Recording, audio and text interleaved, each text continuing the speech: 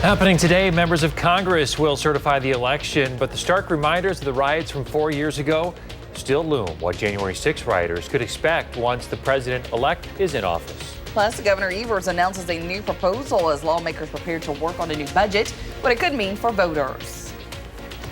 Good morning and welcome to News 3 Now this morning on this Monday. I'm Kyrie Onley. I'm Chris Stanford. Thanks for joining us. A lot to get to this morning. Let's start with Savannah Brito, who's out on the patio with a look at your first warn forecast. Hey there.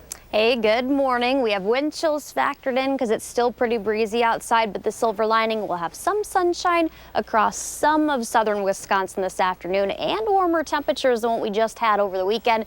We're back to near normal in the mid-20s, but here are our current wind chills. 6 is what it feels like outside this morning in Madison. Few areas are sub-zero. That's mainly up northwest of here. -4 in La Crosse. That's the current wind chill.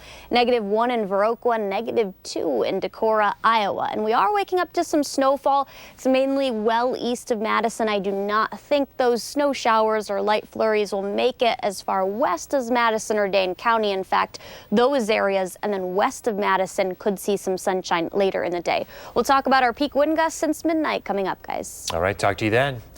We're keeping our eye on the U.S. Capitol this morning. That's where Congress is expected to certify the results of the 2024 election for President-elect Donald Trump and Vice President-elect J.D. Vance.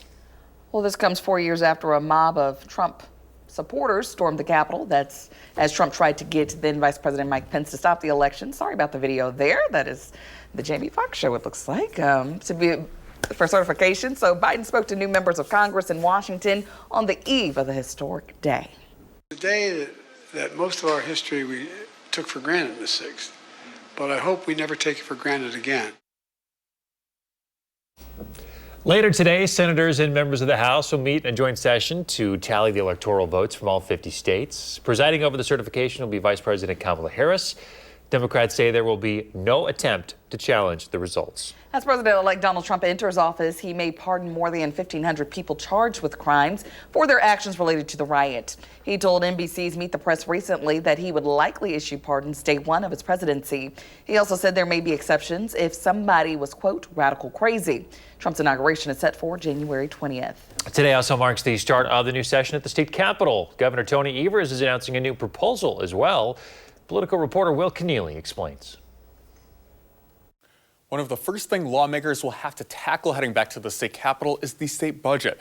Now, it's a major piece of legislation that funds the state government for the next 2 years. But Evers wants to tack on something else, a proposal to allow voters to put changes to state law on the ballot, like how California does it. Now, Evers says that this is a way to get around the Republican-controlled state legislature. Since I took office, Republican legislators have repeatedly ignored the will of the people of Wisconsin, a majority of whom support proposals like restoring Roe and access to safe legal abortion. Evers said these ballot measures could also bypass the legislature on issues like marijuana legalization.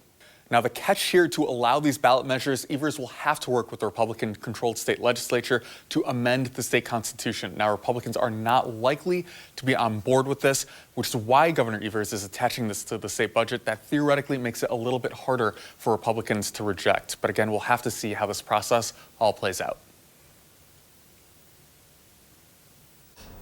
Governor Evers first entered office in 2018. It marked the first election after Trump and the first time Republicans didn't have complete control of Wisconsin since 2010.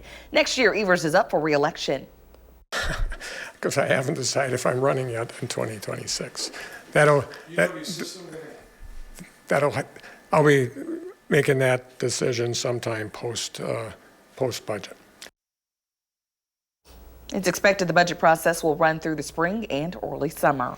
New videos suggest the attack in New Orleans on New Year's Day could have been more deadly. Security cameras show the attacker placing multiple improvised explosive devices around Bourbon Street early New Year's Day. They did not detonate because of a mistake that he made in assembly.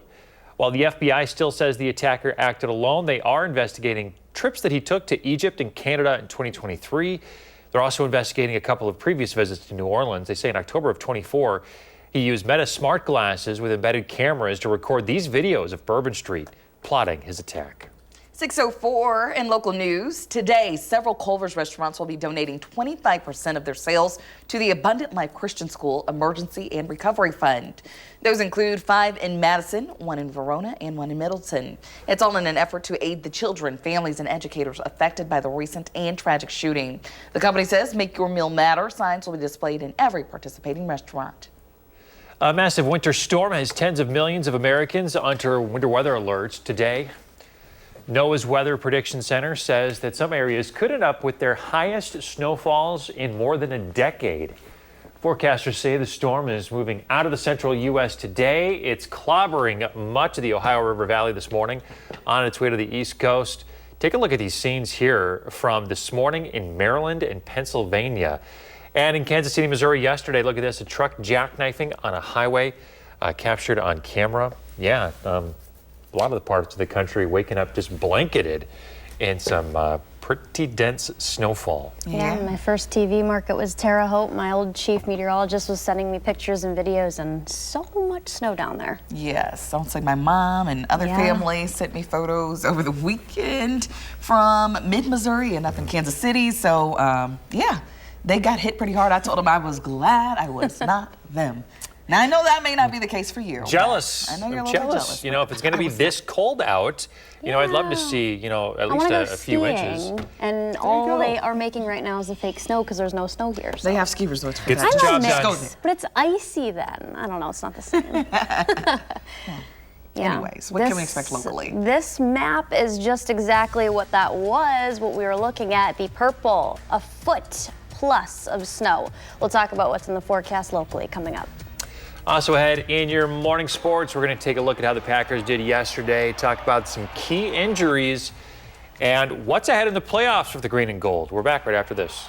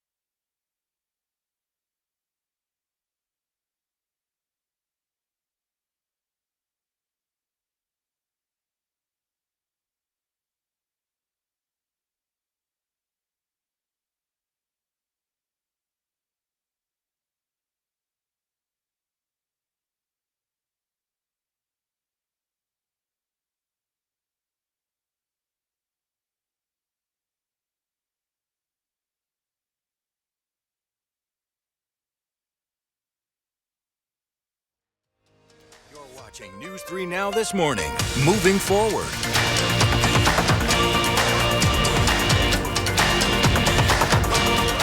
Welcome back. Homeowners nationwide are struggling with an insurance crisis. Our consumer reporter Michelle Renee Quinn is here with some tips to help homeowners. Good morning.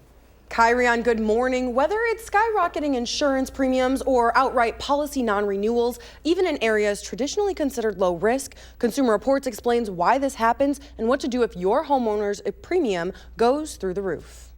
Without warning, millions of people are finding out their insurance policies are about to cost significantly more or be canceled outright. That's what happened to Kenyatta Twine. In August, I got an email saying that my insurance was canceled. I said, oh my gosh, what am I going to do? You might think this is only happening in places with hurricanes or wildfires, but that's not the case. Across the country, insurers are more aggressively canceling policies or jacking up rates. A recent Consumer Reports survey found that 83% of long-term policyholders have seen their rates increase over the last 5 years. When this happens, homeowners may be forced to make trade-offs like buying substantially reduced coverage or even going without coverage. Insurance industry experts point to several factors driving these changes. Building costs are through the roof, up 40% over the last 4 years. Mother Nature isn't helping either. Last year alone, weather disasters cost insurance companies $93 billion. There's no place to hide. You'll still feel this in your wallet even if you never see a hurricane or a wildfire. And in fact, rates have risen around 34% across the U.S. between 2018 and 2023. What can you do if your insurance is canceled? First off, contact your insurer or broker to find out why your policy isn't being renewed. At the same time, start shopping around for a new policy. Consider using a local independent insurance agent or broker who works with multiple insurers. They might know about smaller companies in your state or area. And if you can't find a private plan, there's something called Fair Access to Insurance Requirements, or FAIR plans, which are offered in nearly 36 states. This type of plan should be considered a last resort. It's not cheap and it doesn't cover everything, but it is better than having no insurance. As for Kenyatta, she was able to find a new insurance company with a little help from CR. I had looked at Consumer Reports magazines, and there was an article about insurance. I've looked at the top ones, and then now I have insurance and no problems. Another tip, if you get that cancellation notice, immediately call your insurance company and ask for more time. While it's not required to give you an extension, as a courtesy, they might provide an extra 30 or even 60 days if you ask. All right, Michelle Renee, thank you so much. Absolutely. 612, let's see what's going on in the 608 today. We are looking ahead to Madison Restaurant Week coming up later this month. This morning, Josh Sprider sitting down with Madison Magazine editor Andy Bailing to learn more. Well, it is the new year. Happy New Year, Andy Bailing. Happy New Year. Editor of Madison Magazine. And I always love this time of the year because we are into January. You know, Winter Restaurant Week is practically here. It's practically here. January 19th through the 24th. We always send out save the dates because it is a fun week to go out and support local restaurants during a time that is hard. It's their seasonal slow season. So we're post holidays now, and now's the time to get out and support local. And there is a plethora of options this year, which is super exciting for you guys. There is. Our subscribers that have their latest issue handy, or people that pick it up on newsstands, there's a full list of all over 40 participating restaurants this year, which is the most we've had since pre-COVID. So, it's like we're getting back to normal. Yes, it does feel like that, and Restaurant Week continues to be a really fun time for restaurants to kind of highlight their menus, that they're excited about this winter, and for diners to find a new place that they can go out to eat. And it's a three-course meals starting at $30, and it's both lunch and dinner menus. And this is an opportunity for people to try something new. I know we always have our favorites around here. We're lucky to have so many favorites, but I love that there's always something new to try. Yes, there is. In this list, it's a lot of restaurants you've heard their names before. Heritage Tavern, a lot Portobello, a lot of really great restaurants, but then some newcomers too. I want to try Amar Peru in Middleton. I don't know if you've been there yet. I've heard good things. Yep, Amar Peru Peru is on the list, the stuffed olive, a lot of new names that I got to get out there and try some of these places too. Well, and with Restaurant Week, they're going to put their very best out there too. So this is going to be a great opportunity. They do, yes, it is. They do put their best foot forward because they know they're seeing a lot of new diners that week. But it's also a 3-course menu, so you get to try an appetizer, a main, and a dessert. So it's a full meal that you kind of get a taste of everything. That's the way to do it. Yes. So something else new, you guys are unveiling a mascot. We are. We're so excited. Restaurant Week we're 19 years old. Wow. And this is a huge rebrand for us. So we're introducing Forky. He is our new Restaurant Week mascot. Look at him. We're kind of obsessed with him, but you'll see him on social and on air during Restaurant Week. Obviously we've been doing this for a while, but Restaurant Week is so critical for these local businesses because this is their big game. This is where they try to get new folks out, and without the support of our Madisonians, they wouldn't be able to do what they're doing. Agreed. And Restaurant Week really, some restaurants tell us it's the busiest week for them in the winter, which is so great to hear when it is really hard for restaurants that a good week could mean everything for a restaurant to stay in business. And we always, it's always sad to see some restaurants have to close their doors, and for us to be able to host a program and partner with these restaurants on a week that means great things for them and great things for the diners is a really great thing. And then to see some new options, try something new. Maybe you'll have a new favorite for 2025. Exactly. Yes. We want to convert as many Madisonians into foodies as we can. All right. Hit us with the dates one more time, Yep. Andy. January 19th through the 24th. And we'll be having plenty of coverage leading up to that as well. Thank you so much. I'm excited to see where you go. Happy eating, happy New Year, happy all things that we like right here in the 608, right? Yes, you too. Thanks, Andy. You can learn more about Winter Restaurant Week at channel3000.com. Well, let's check in now with meteorologist Savannah Brito. Good morning. Good morning. We're still following that winter snowstorm that's affecting areas well south of here now and also eastward. That's actually dropping several inches. Some areas even had more than a foot of snow recorded.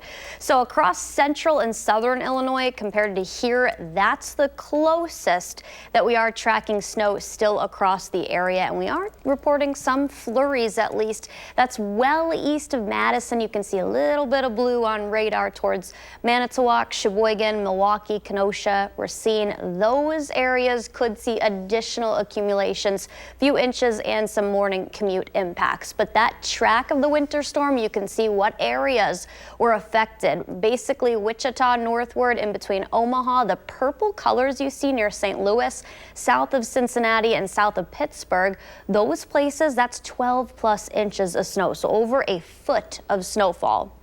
Here locally across the Madison area, this winter, it's based on data at the Dane County Regional Airport. This is just based on December and January, so all of meteorological winter so far. 6.8 inches, and that was really all in December. We have had trace amounts, the 1st and the 3rd in January, so most of that came last month. Our normal to date, though, 13.9 inches. So we are in a snowfall deficit. Only areas east of Madison are expecting to see any additional accumulations today. Basically those purple counties, that's a winter weather advisory that will be in effect until 4 p.m. So all the blue on radar, that's really only going to be across those areas. But you can see clouds, Madison and Northwest decrease. You can see those white areas, Watertown, Juneau, Fond du Lac, Waukesha. Those are still some thicker clouds. This is 1 p.m. So I still think we'll see mostly cloudy skies there, but luckily areas west of Madison, and then the later we get into the afternoon and evening, we will finally start to see some sunshine here locally. Our highs are back into the mid-20s today and tomorrow. Brief cool down Wednesday, and then we're back actually into the upper 20s, which is near normal or even slightly above average. That'll be heading into this upcoming weekend too. Right now there's a slight chance of snow showers on Sunday, but that system could dodge us as well, and we're still 7 days out from that. So mix the sunshine and clouds up until then.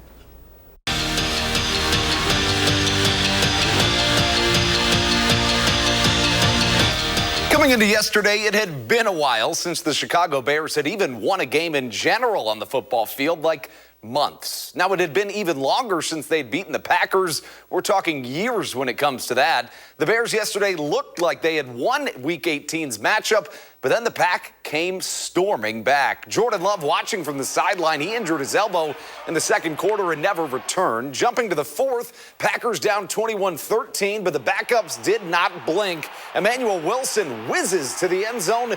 The touchdown made it 21-19 Chicago, but the Pack, they couldn't get the two-point conversion, so all the Bears needed to do was avoid doing something like this. Fumble. Carrington Valentine sticks his noggin in there and forces the fumble free, leading to this Brandon McManus field goal try. 54 seconds left from 55 yards out for the lead, and it is good. The Pack take the 22-21 lead with less than a minute left, and it looked like another classic Bears-Packers game.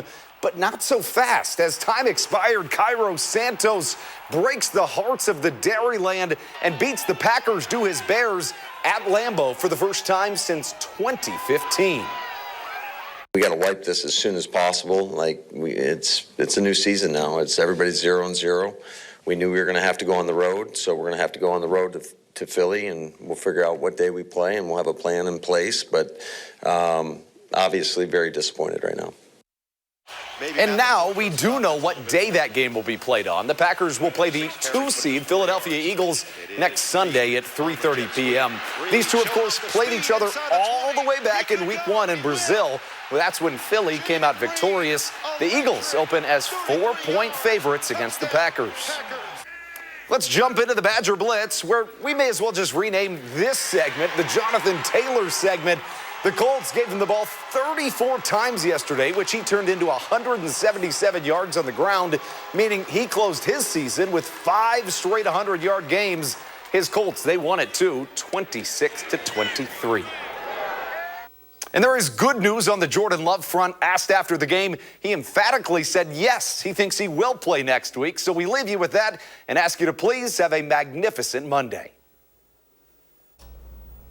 I know people will be looking forward to seeing Love return to the field. That's yeah, for sure. He gets a week now to get a little bit healthier, and hopefully Christian Watson makes it back. He was carted off the field yesterday, too, with knee injury. So lots of injuries. There we go. Like the coach said, everybody's 0-0, same record headed into the playoffs. So there we go. Laying it all on the line. Well, still ahead, Savannah has some weather trivia for us. We're back right after this.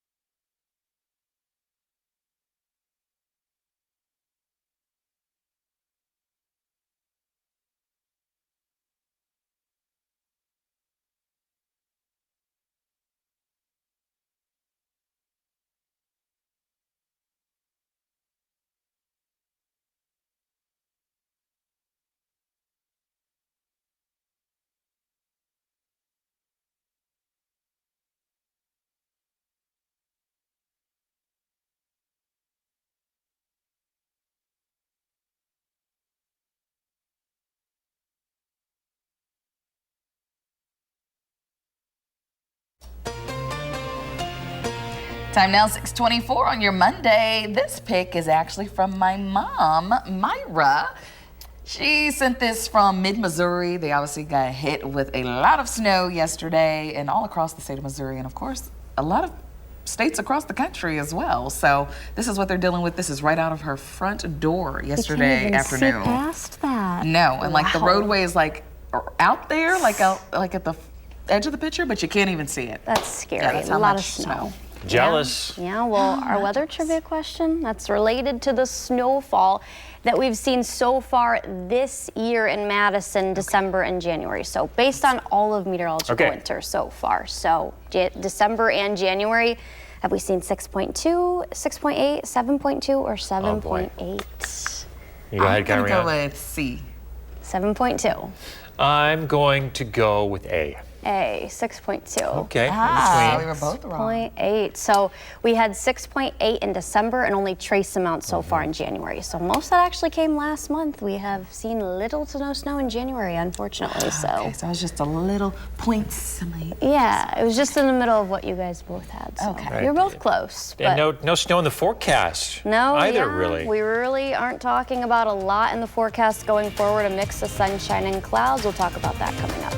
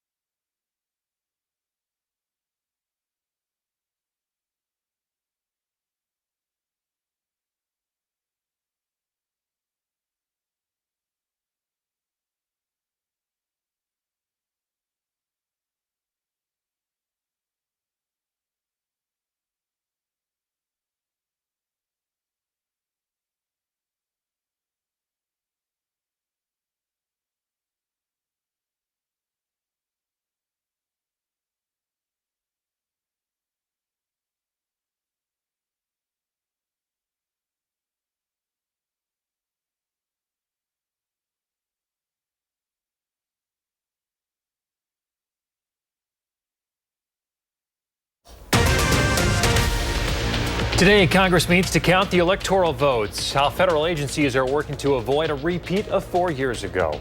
Plus, a boost in Social Security benefits. Find out if you're eligible after the passing of a new law. Good morning, everyone. Welcome to News 3 Now this morning on a Monday. I'm Chris Stanford. And I'm Kyrie on leave. Thanks for waking up with this morning. Hope y'all had a fantastic weekend. Yeah, it was always goes by too quick. Always goes by too quickly. Here we are Monday morning, ready to start the work week. Let's check in with Savannah Brito out on the patio to see what we can expect when we step out the door. Hey there. Hey, good morning. We do have wind chills in place, breezy conditions, and even a little bit of snow early this morning. That's just well east of Madison towards Milwaukee. Those areas could see additional accumulations, and probably if you are heading east, want to allow extra time because there will likely be impacts to commutes, especially this morning. But we're not going to see any of that across the Madison area. 19. Winds are going to increase through the day. We're looking at gusts up to about 20 to 25 miles per hour. So when you factor in the wind chills, it feels like we're down to the single digits pretty much all across southern Wisconsin, and even some sub-zero chills. We'll talk about how long that'll stick around and what days will feature warmer air finally. I'll have that coming up in a bit, guys. All right, talk to you then, Savannah.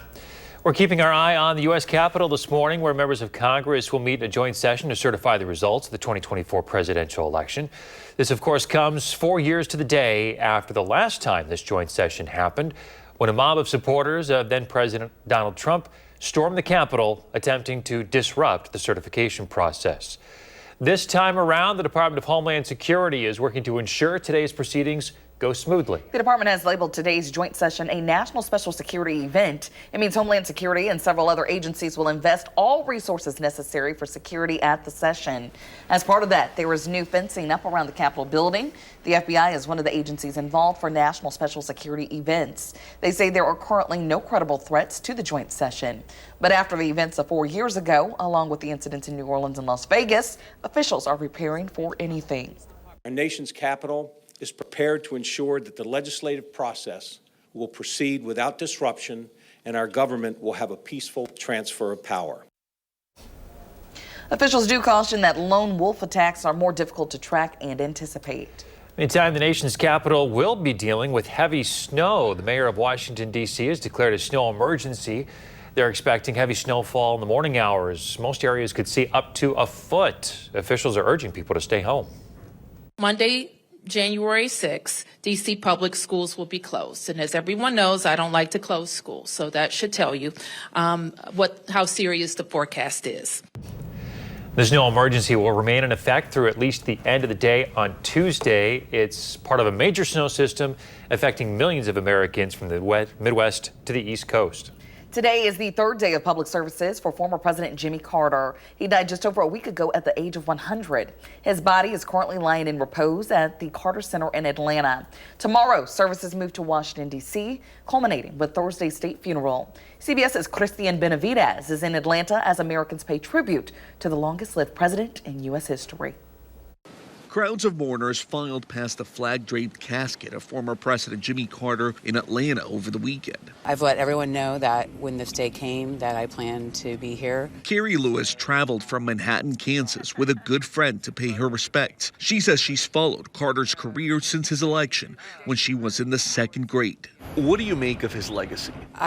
He's just such a selfless man. It was so wonderful to be able to witness someone that was so giving to this country. Others also left tributes to his legacy at the growing memorial outside of the Carter Center. This is a world of thanks to President Jimmy Carter. He was just the most amazing human being. There was a steady stream of mourners stopping by to pay their respects over the weekend here in Atlanta, and today could be even busier, given it's the last day he will lie in repose here at the Carter Center.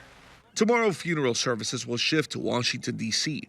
Carter's body will be transported to the U.S. Capitol, where he'll lie in state until Thursday's state funeral. President Joe Biden will deliver one of the eulogies. President-elect Donald Trump says he will attend. The day of the funeral has also been declared a national day of mourning, as the country says its final farewell to the 39th president. Christian Benavidez, CBS News, Atlanta.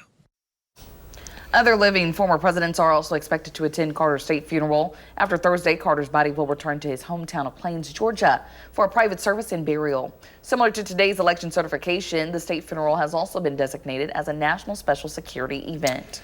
Millions of retired Americans will soon see a boost in their Social Security benefits. It's in new legislation President Joe Biden just signed into law. It's called the Social Security Fairness Act. The law eliminates two federal policies. One barred employees with a public pension from collecting their full benefits under the federal retirement program. The other policy reduced benefits for those workers surviving spouses and family members. This impacts people like former firefighters, police officers, and teachers. Biden said that it would mean an average monthly increase of $360 for more than 2.5 million Social Security recipients. This victory is a culmination of a four-year fight to provide security for workers who dedicate their lives to their communities. And I'm proud to have played a small part in this fight and get to sign it. The president says those beneficiaries will also receive a lump sum in the thousands of dollars. It'll make up for the shortfall in benefits they should have gotten last year. In other news, Madison police are investigating a report of a man with head injuries in the downtown area. Police responded to East Johnson Street near James Madison Park on Saturday night. They found a man with head injuries they say are consistent with an edged weapon.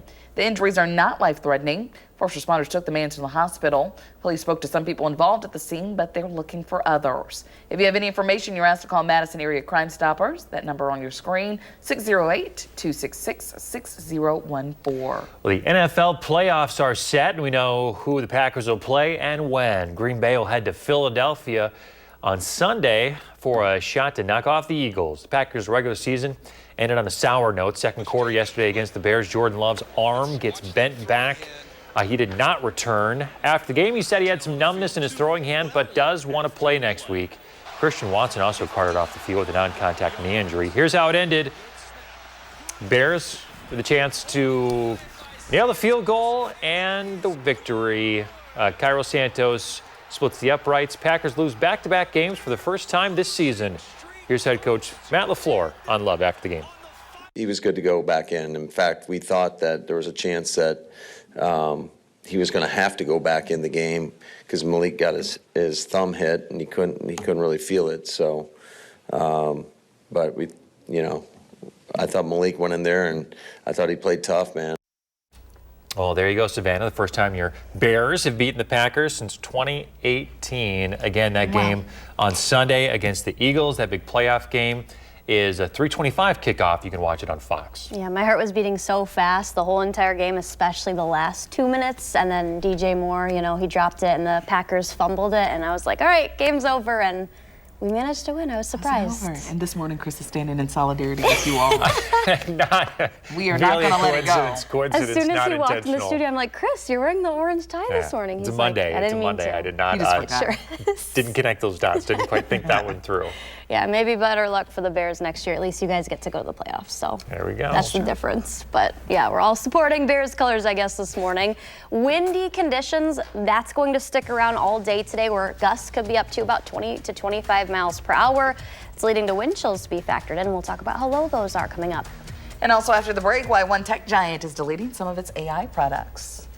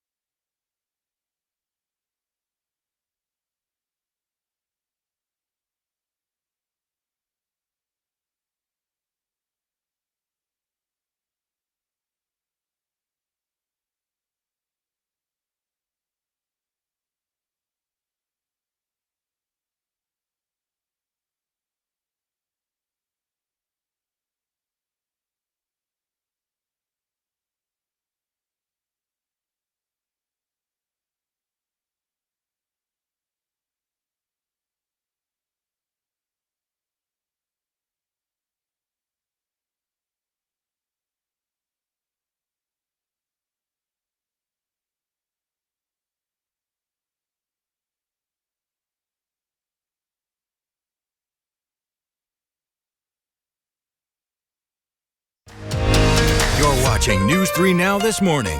Moving forward.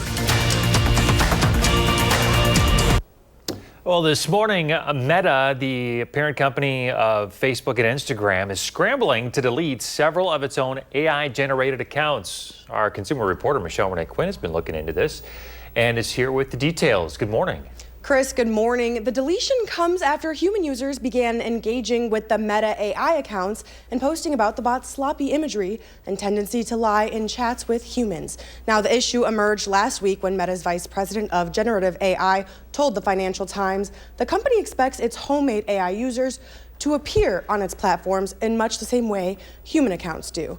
Now, that raised concerns that the AI-generated content would disrupt a main function of social media, fostering human-to-human connection. As users began to sniff out some of Meta AI's accounts this week, the backlash grew in part because of the way the AI accounts disingenuously described their racial and sexual identities. Now, Meta representatives say these bots were part of an early experiment they did with AI characters. All right, Michelle Renee, interesting. Thanks for filling us in. Well, to some health news this morning, the CDC says emergency room visits with influenza are now very high nationwide. This season's wave of flu cases is arriving later than it has in the past 2 years. This year, flu trends look to be similar to the 2019 to 2020 season, which also reached peak levels around the new year. Some of the highest levels are now in western states. Experts say another triple-demic of flu, COVID, and RSV is unlikely this year nationwide. 6:42, time to get a check of your certified most accurate forecast. Savannah, all these people down south, they're getting all this snow. Are we going to get any of this? We unfortunately are not going to see anything. Any today will actually be eastward towards Milwaukee, Racine, and Kenosha counties. They actually are under winter weather advisory in effect until 4 p.m. But yeah, this big snowstorm is still dropping snow areas south and especially on the east coast. So New York, D.C., those areas expecting several inches of snow. Closer to home, central and southern Illinois still seeing that snow. And then I'll take a closer zoom in look. Those areas that I said winter weather advisory, that's where any snow is early this morning up near Manitowoc, Sheboygan, Milwaukee, and southward. Basically, the further towards Lake Michigan you go, the higher impacts or greater impacts there will be to morning commutes and higher snowfall accumulation. Still not a lot expected across those areas, but take a look at where that winter storm track took. The purples, the dark blues, that was the heaviest amount of snowfall. So those purples actually near St. Louis, south of Cincinnati, 12 plus inches of snow. So there was several inches of snow reported all from this system. Locally though, January, I want to take a look at January. The average per month, 13.7 inches for us here in Madison. That's based on data at the Dane County Regional Airport.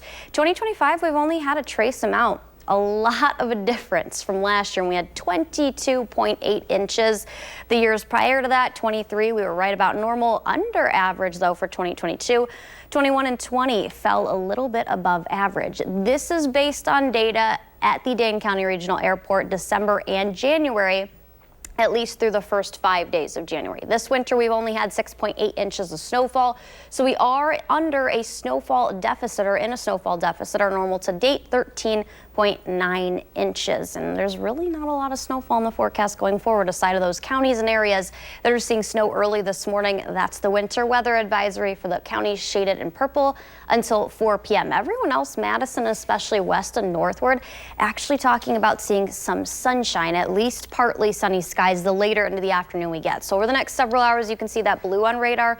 That's all well to our east. If you do have to work in Milwaukee or traveling about hour and a half out east of Madison, you probably will run into some issues there. Here locally, we are waking up to wind chills factored in, but we will see the mid-20s luckily later in the day. So we're closer to average, cooler Wednesday, and then we're back into the upper 20s for Thursday and Friday, and that will last into this upcoming weekend. Cooler day ahead next Tuesday. I do think Sunday into early next week could be our only chance potentially at seeing some snowfall, and that's a slight chance at best right now. So we're watching that. All right, I'm just over the cold right now, but I know we got a long ways to go. Yeah, it's only early January. Oh yeah. Well, Savannah, thank you. You're welcome.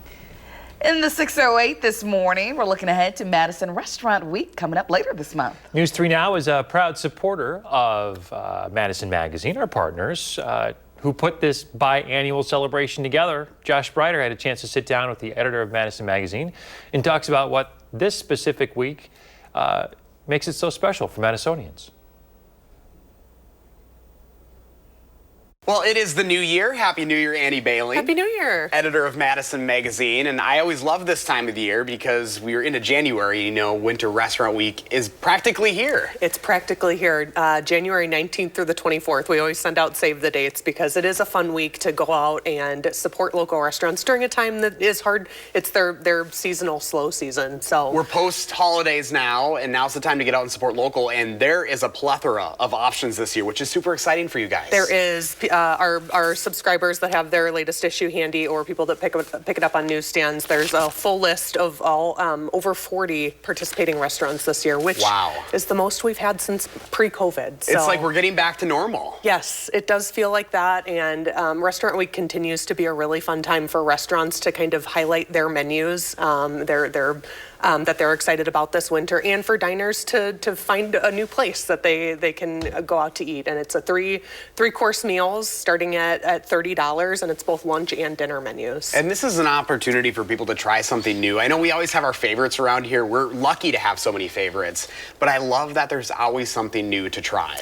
Yes, there is. In this list, it's a lot of restaurants you've heard their names before. Heritage Tavern, a lot Portobello, a lot of really great restaurants, but then some newcomers too. I want to try Amar Peru in Madison. I don't know if you've been there yet. I've heard good things. Yep, Amar Peru is on the list. The Stuffed Olive, a lot of new names that I got to get out there and try some of these places too. Well, and with Restaurant Week, they're going to put their very best out there too. So this is going to be a great opportunity. They do, yes, it is. They do put their best foot forward because they know they're seeing a lot of new diners that week. But it's also a three-course menu, so you get to try an appetizer, a main, and a dessert. So it's a full meal that you kind of get a taste of everything. That's the way to do it. Yes. So something else new, you guys are unveiling a mascot. We are. We're so excited. Restaurant Week we're 19 years old. Wow. And this is a huge rebrand for us. So we're introducing Forky. He is our new Restaurant Week mascot. Look at him. We're kind of obsessed with him, but you'll see him on social and on air during Restaurant Week. You know, obviously we've been doing this for a while, but Restaurant Week is so critical for these local businesses because this is their big game. This is where they try to get new folks out, and without the support of our Madisonians, they wouldn't be able to do what they're doing. Agreed. And Restaurant Week really, some restaurants tell us it's the busiest week for them in the winter, which is so great to hear when it is really hard for restaurants that a good week could mean everything for a restaurant to stay in business. And we always, it's always sad to see some restaurants have to close their doors, and for us to be able to host a program and partner with these restaurants on a week that means great things for them and great things for the diners is a really great thing. And then to see some new options, try something new. Maybe you'll have a new favorite for 2025. Exactly. Yes. We want to convert as many Madisonians into foodies as we can. All right. Hit us with the dates one more time, Yep. Andy. January 19th through the 24th. And we'll be having plenty of coverage leading up to that as well. Thank you so much. I'm excited to see where you go. Happy eating, happy New Year, happy all things that we like right here in the 608, right? Yes, you too. Thanks, Andy. You can learn more about Winter Restaurant Week at channel3000.com. Well, coming up in the morning sprint, a new way artificial intelligence can make its way into healthcare. First, though, if you got a little kiddo turning 3 soon, send us a picture. We'll show it on TV.